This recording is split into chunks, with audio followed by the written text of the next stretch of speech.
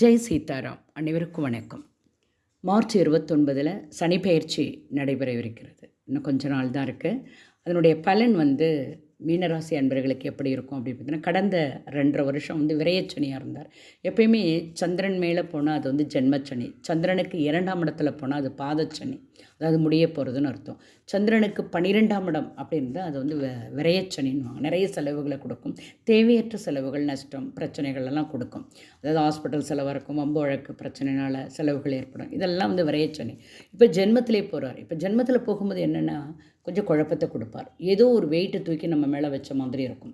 தேவையில்லாத ஒரு மனக்குழப்பத்தை கொடுக்கும், தேவையில்லாத மனசஞ்சலத்தை கொடுக்கும்.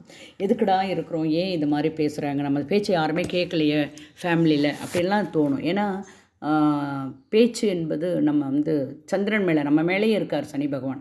எதையாவது ஒன்று கிடக்க ஒன்று நம்ம சொல்லிடுவோம். அதாவது 3ஆம் பார்வையாக பாருங்க, சனியினுடைய 3ஆம் பார்வை 3ஆம் இடத்தை சகோதர சகோதரிகள் கூட ஒத்துழைக்க மாட்டாங்க.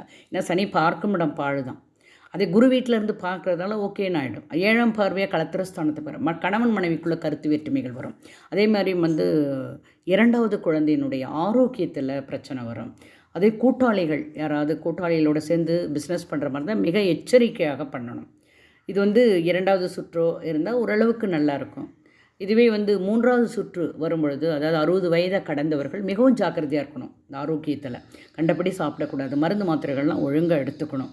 அதே மாதிரி வார்த்தைகள் ரொம்ப ஜாக்கிரதையாக பேசி பழகணும். தேவையில்லாத வார்த்தைகளை விட்டுடக்கூடாது. அதனால் மனசஞ்சலம், மன கஷ்டம், உறவு சிக்கல்கள் ஏற்படும். மிக மிக கவனமாக இருக்க வேண்டிய காலகட்டம் இது. இளைஞர்களுடைய கவனத்திற்கு, காதலில் விழுந்துடாதீங்க.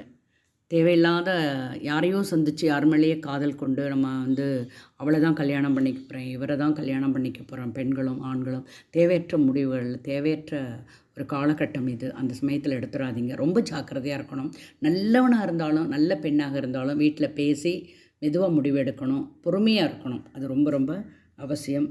அது மட்டும் இல்லை, குழந்தை பாக்கியத்துக்காக 2வது குழந்தைக்கு முயற்சி பண்ணக்கூடியவங்க இந்த காலகட்டத்தில் அது சரிவர அமையாது. ஏன்னா 7ஆம் பார்வையாக சனி பகவான் பார்க்கிறார். ஆகையினால் மிகவும் ஜாக்கிரதையாக இருக்க வேண்டியது. தான தர்மங்களை செய்யணும். பைரவர் வழிபாடு, குலதெய்வ வழிபாடு. அது மட்டும் இல்லை, நமக்கு என்ன தசை நடக்குது, சனி பகவான் பாவகிரகங்களோட நடத்துகிறார், அதாவது ராகுகேதுக்களுடன் சேர்ந்து நடத்தினா ரொம்ப கடுமையாக இருக்கும் கெடுபலன்கள். அதெல்லாம் பார்த்து நடந்துக்கணும். மிகவும் ஜாக்கிரதை.